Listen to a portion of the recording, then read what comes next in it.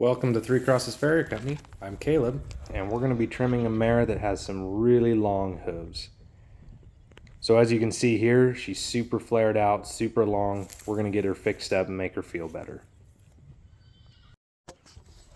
She might want to put her foot down or what? I'm sorry. Okay, that's okay.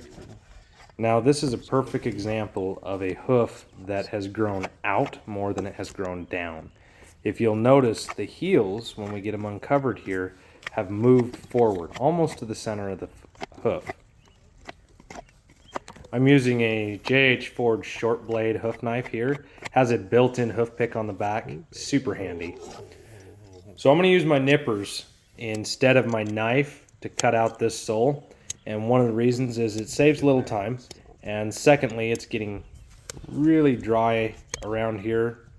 We're not getting a lot of moisture, and so the hooves are really hard. And it's definitely easier on my elbows and wrists to use my nippers, especially in this case where we have so much extra hoof. Now here you can see that the heels have moved forward almost to the center of the hoof. And you'll notice that I'm not taking a lot of length off, and that's because this horse is flared out, not necessarily down. The hoof hasn't grown down near as much as it's grown out. So we're going to trim off some length, but we're also going to address that flare.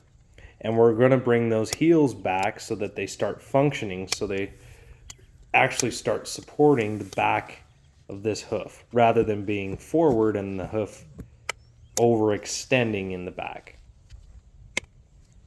This is something I do on drafts a lot because they have so much hoof wall. I'll take my nippers and run them around at a 45 basically and cut off all that extra hoof. I had to do it in this case because she has a lot of extra hoof wall. You're going to start to see the hoof take shape now, and you're going to start to see the actual shape of the hoof. Now you can see this is kind of where she should be. So now we're going to rasp it up a little bit, flatten it out, clean it up a little bit, bring in my hoof knife, and pare out the sole a little bit more. This mare is really flat-footed, and that's one of the hardest things to deal with as a farrier, is a foot that's flat.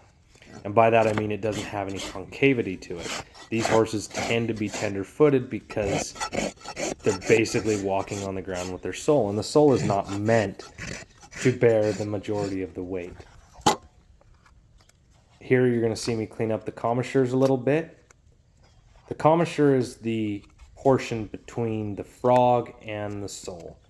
And what will happen is, especially in this case, the frog will grow over the commissure and trap dirt and bacteria underneath it.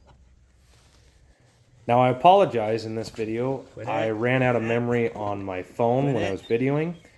And I also forgot to push play at this point, so you don't get to see the whole rasping that I did. It did take quite a little bit because there was a lot of hoof wall there. And unfortunately, I was not able to get video of the other hoof.